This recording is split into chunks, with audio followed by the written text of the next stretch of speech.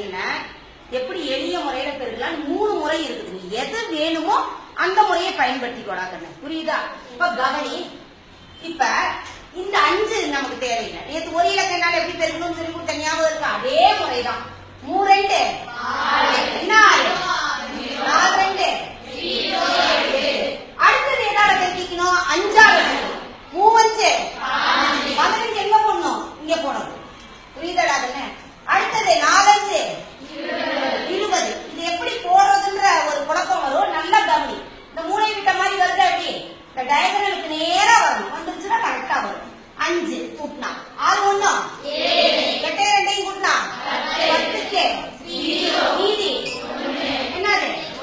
ரைட்டா? அதே மாதிரி இன்னொரு முறையிலையும் இருக்கலாம். இப்ப கவனிட இதுல நல்லா கவனிடாக்கன்னு முதல் இங்க இருக்கக்கூடிய 1ஆம் ஸ்தானமும் 1ஆம் ஸ்தானமும் 3 5 15க்கு மீதி அடுத்தது 10ஆம் ஸ்தானமும் 10ஆம் ஸ்தானமும் 4 2 8 ரைட்டாடா? இப்ப நல்லா கவனி, உள்ள இருக்கக்கூடிய 2 எண்ணையும் இருக்கிற 3 2 4 5 26 26 1 27க்கு மிச்சம் 8 2 10. கரெக்டாடா? ரெண்டு விடையும் கரெக்டா இருக்கா? அதே மாதிரிதான் அடுத்தது இன்னொரு முறையிலையும் பெருக்கலாம். நீங்க 2 இலக்கம் வந்துருக்குதா? அப்ப இப்படி கட்ட போட்டுக்கிறேன்னா இல்ல ஒரு சின்ன ஒரு காரியம் செய்யும். இந்த மூளை விட்ட ஒண்ணு லேசா வரைஞ்சு போடாங்க. இல்ல என்ன பண்ணிக்க, நீங்க மூளை விட்ட ஒண்ணு. ஏன்னா நம்ம எப்பவுமே 2 2 இலக்க எண்களாக எழுதினாதான் கொஞ்சம் பரவாயில்ல. நல்லா கவனி.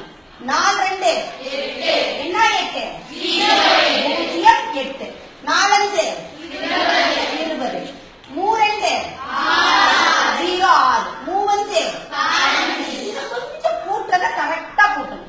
இப்ப இது இருக்குதா? இந்த கோடு வருதா? இந்த கோடை வேணும்னா நீ என்ன பண்ணிக்க, அப்படி எக்ஸ்டெண்ட் பண்ணிக்க. புரியுதா? புரிஞ்சுக்கிறதுக்காக. இப்ப இங்க 5 மட்டும் தான் இருக்குது. அடுத்த 6 1 அடுத்தது 8 2 10க்கு மிச்சம் 1 பூஜ்ஜியத்தையும் கூட்டினா வந்துருச்சாடா ஆன்சரு. சோ உனக்கு என்ன முறை வேணுமோ அந்த முறையை நீ பயன்படுத்திக்கொள்ளாங்க.